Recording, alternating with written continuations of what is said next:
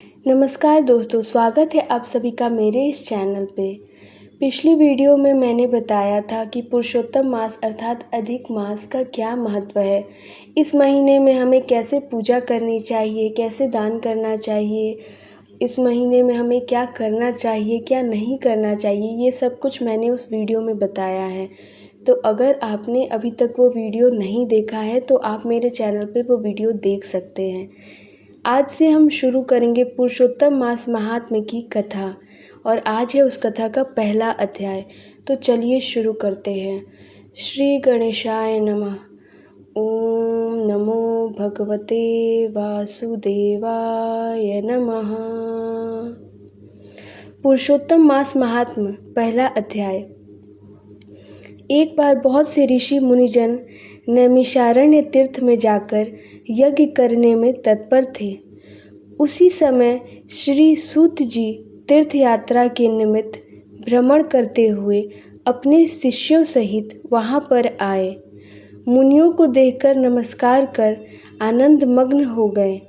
वल्कल वस्त्र पहने प्रसन्न मुख, चेहरे पर कांति, परमार्थ में निपुण, चंदन से शोभायमान, तुलसी की माला तथा जटाओं का मुकुट धारण किए हुए महाशरणम इस अद्भुत मंत्र को जपते हुए सूत जी को देखकर नैमिषारण्य के महर्षि लोग उठकर खड़े हो गए।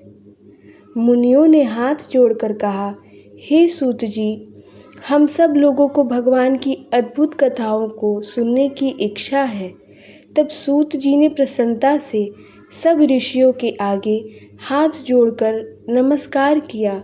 ऋषि कहने लगे कि हे सूत जी, हमने आपके लिए सुंदर आसन बनाया है, आप इस पर बैठिए। आप बड़े भाग्यवान हैं। आपने गुरु की कृपा से भागवत के रहस्यों का वर्णन करने की शक्ति प्राप्त की है।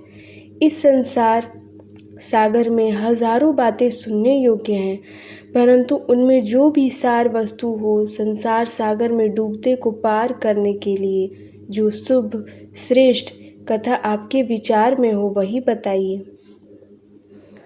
शौनक आदि ऋषियों से पूछे जाने पर श्री सूत जी कहने लगे, हे विप्रो, मेरे वचनों को सुनो।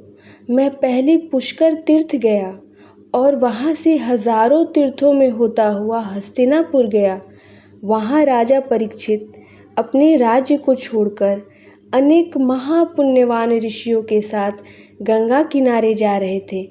उनमें अनेक सिद्ध योगी और महासिद्ध मुनि थे।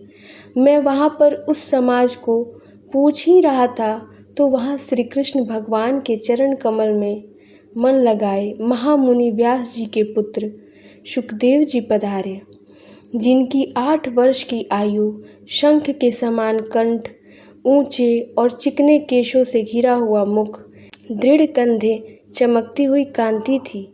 वह अवधूत वेश ब्रह्म स्वरूप थे। ऐसा महामुनि सुखदेव जी को देखकर भी मुनि हाथ जोड़कर खड़े हो गए। तब मुनियों के बनाए हुए कमल चक्र जैसे ऊंचे आसन पर सुखदेव जी को बिठाया गया। उस आसन पर बैठे हुए ज्ञान समुद्र के चंद्रमा सुखदेव जी ऋषियों की पूजा को ग्रहण कर ऐसे शोभायमान हुए जैसे तारागण में चंद्रमा शोभायमान होता है। इति प्रथम अध्याय। ओम नमो भगवते वासुदेवाय नमः।